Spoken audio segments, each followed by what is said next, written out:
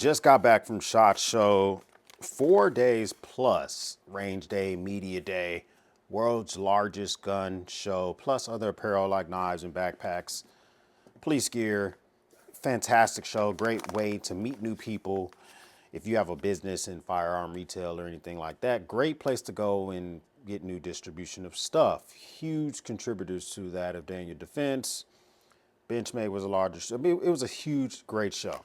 We're going to have a little bit of cuvee, coffee. I think this is I can't remember which one this is specifically, but some of this good old cuvee. I already ripped it up and poured it in here. We're just do I think we'll just do a traditional espresso today. 18 and 36 out. One thing I realized is that there are a ton, and I like damn near a metric ton of American-made guns, which is great. This is America, all right? Second Amendment, we love it. This is what we stand for, be able to defend ourselves. But there's just not a huge market for the Chinese-made gun. But it does lead me to believe and remind me of the Trump tariffs. Promised the tariffs are coming, and I just wanted to kind of let you guys know that the days of the cheap knife and the cheaper gun, cheap backpack and all that stuff, those days may be numbered. Okay, so let's talk about this. So first off, what are his tariffs? So he's promised two different types of tariffs. He's promised a economic tariff. We'll talk about that one first. And then he's talked about a tariff to force countries to do more about drugs at their borders. Let's first talk about the economic tariff. So he's targeted China, saying before he was elected president, he's saying he was going to hit them with at least a 60% tariff. And the 60% tariff was to do a number of things.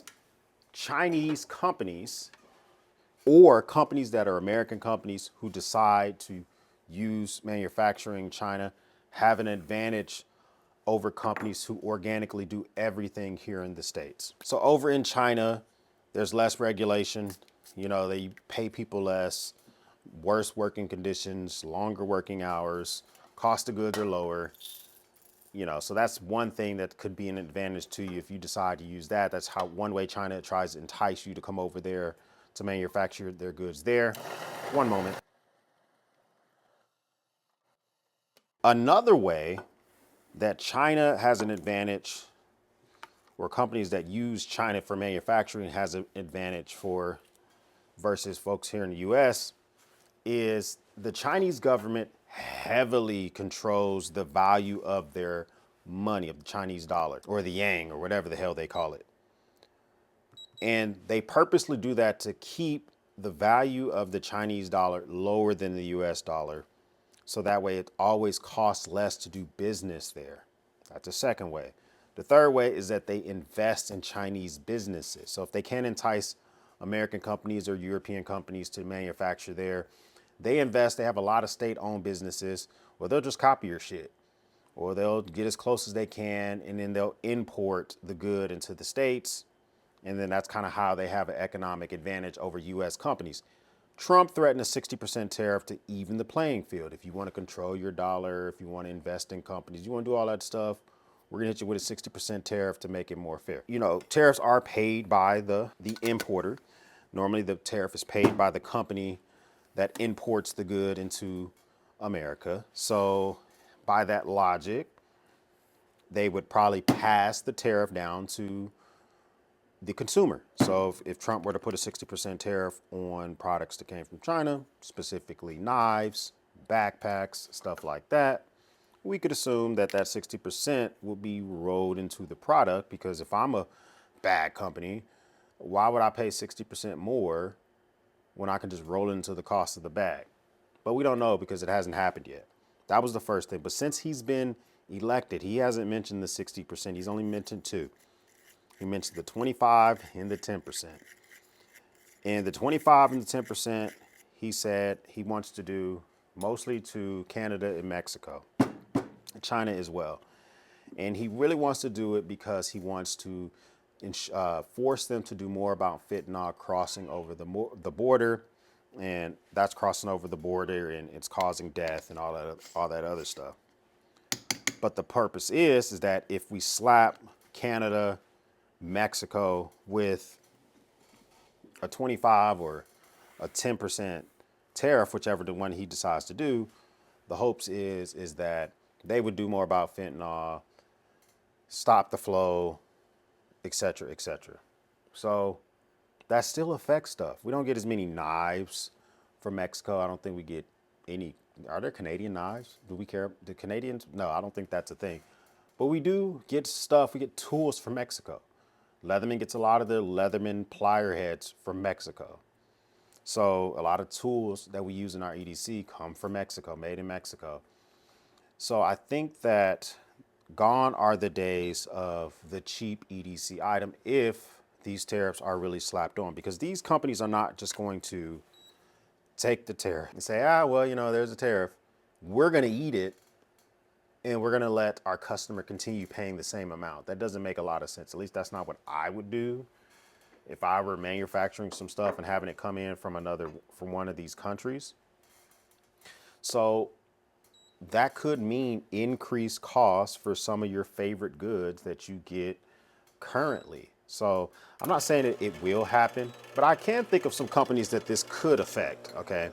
I can foresee companies that get their goods, such as Leatherman's of the world, who gets plier heads from Mexico, Civivi, any Chinese-made anything. If you're a company, fill in the blank, and you guys comment down below some of your favorite Chinese-made knives, which obviously would be affected by a Trump tariff. What would be one of the most popular would be the Walmart knife. Obviously, they just pumped it out in 2 new colors, and people were glazing all over themselves for D2 steel, all the other type of stuff. They called it the Benchmade killer. Pretty embarrassing.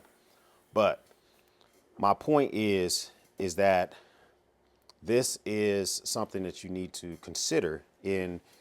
I think I'm going to list down below my top 5 favorite knives and some of my favorite backpacks as well that you may want to consider getting before there is a tariff. I mean, I'm not saying that you absolutely need to spend money, but if this is going to be a part of your kit, you wanted to start 2025 with a new knife or a new bag or whatever, and you didn't expect for this to possibly happen, I don't know if you just continue waiting around and see what happens, because prices probably aren't going to do anything but go up.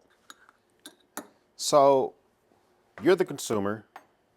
Should you buy now? I mean, I probably would. If I'm in the market for something particular, anything from sunglasses all the way to bags, and you want to get the lower cost now, you may want to look into that. If you are the company, you're the company that currently manufactures over there, you're small. If you're a big company, you're bigger than any advice I could ever give you. But you're small time, you watch this channel every now and again, or this channel came across your feed for whatever reason, you're trying to figure out, I was white gloving knives, or I was OEMing knives. I saw a knife that had a unique design and I was putting my label on it. Now there's going to be a tariff. What do I do? This might be the opportunity to find small independent knife makers here in the States who can make small batches of knives and put them to use to sell products to Americans, because, oh, that's good. That's good.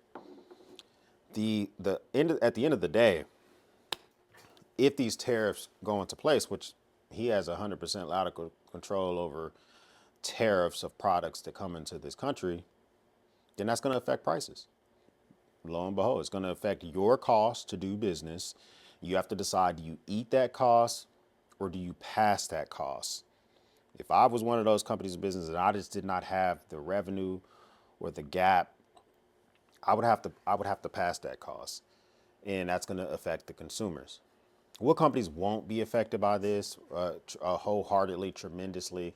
I think your companies such as like your Benchmades of the world, your Spydercos, your Montana knife companies, ProTech, Microtech. A lot of those companies are 100% made in America or 100% assembled in America. So they are importing some parts. And I think those companies have the market cap, the scale to maybe absorb cost, or at least not pass it down immediately. For instance, Benchmade just announced their entire 2025 catalog, and I got a copy of that at SHOT Show. They got some dope knives coming up, and they are 100% assembled in America. A lot of their knives are 100% made in America. The knives are not that are not 100% made in America. Those use Austrian steel. There are not going to be any tariffs on Austria for a Bowler M390 steel. But if there was, there could be a way for Benchmade to absorb a 10% tariff on steel because that may be the only part of the knife that isn't produced in America. So they have the scale, they already have the infrastructure to just absorb it. Those type of companies I don't think are going to be affected. Other companies that aren't 100% made in America, but they are making in other countries. If you're making stuff in Taiwan, if you're making stuff in Thailand, I think that you have a lower likelihood to even worry about this stuff. So Taiwanese made knives, you see companies already shifting a lot of stuff over to making stuff in Taiwan, Spyderco, for instance. You have less to worry about. Larger companies who I think can absorb this, pay their work, do whatever they have to do, find lower cost for manufacturing. I don't think we're going to immediately notice the cost bump. For instance, We Knife, Civivi, Sencut, it's the same company. They release one knife a month. They're trying to scale their catalog up. They want more SKUs. They have we often think that We Knife, Civivi is pumping out a lot of knives, but they don't have nearly as many SKUs as like a CRKT. I think that they sell so much they may be able to scale and absorb a 25% tariff and not pass that down, maybe only pass 5% or whatever. But smaller companies may not be able to do that. Comments down below, what do you think? Do you think the cost for you to just pick up a pocket knife is gonna go up? Are you gonna be grabbing your gas station knife today, like I told you to? Are you gonna wait around? We shall see. If this is your first time stopping by, hit the subscribe button. I would love to have you a part of the battalion. If this is not your first time stopping by, thank you once again for watching me run my grape. For everyone else, we'll speak soon.